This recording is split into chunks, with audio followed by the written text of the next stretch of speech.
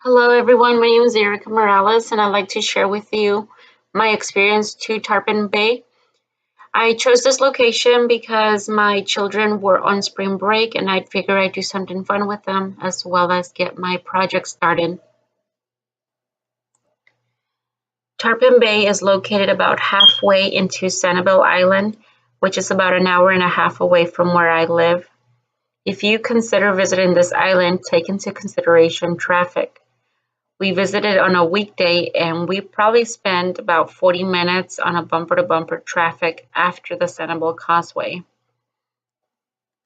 This is Craig, our tour guide. And this is Captain Dan. As you can see in this picture, oysters grow together and can stretch as far as you can see in this picture, which is from one island to the next.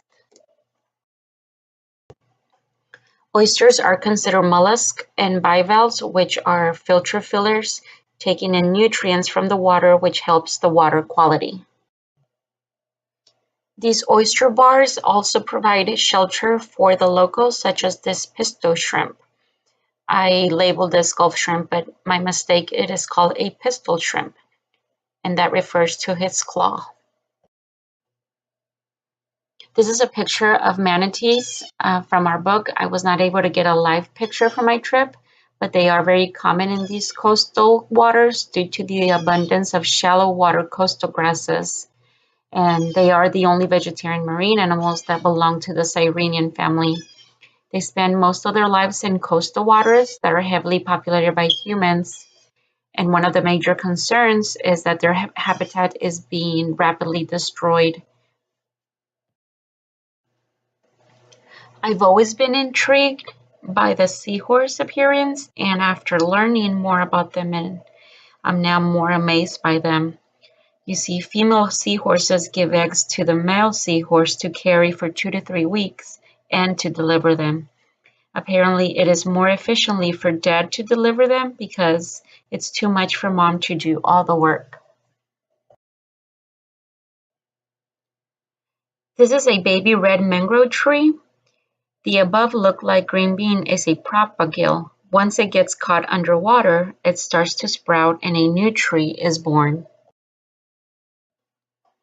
Once a mangrove tree matures, it provides food and refuge for the local animals.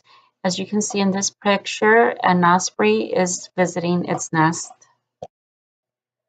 Tarpon Bay got its name from the tarpon fish that populate these waters, and due to that fish, you can commonly see dolphins around this area.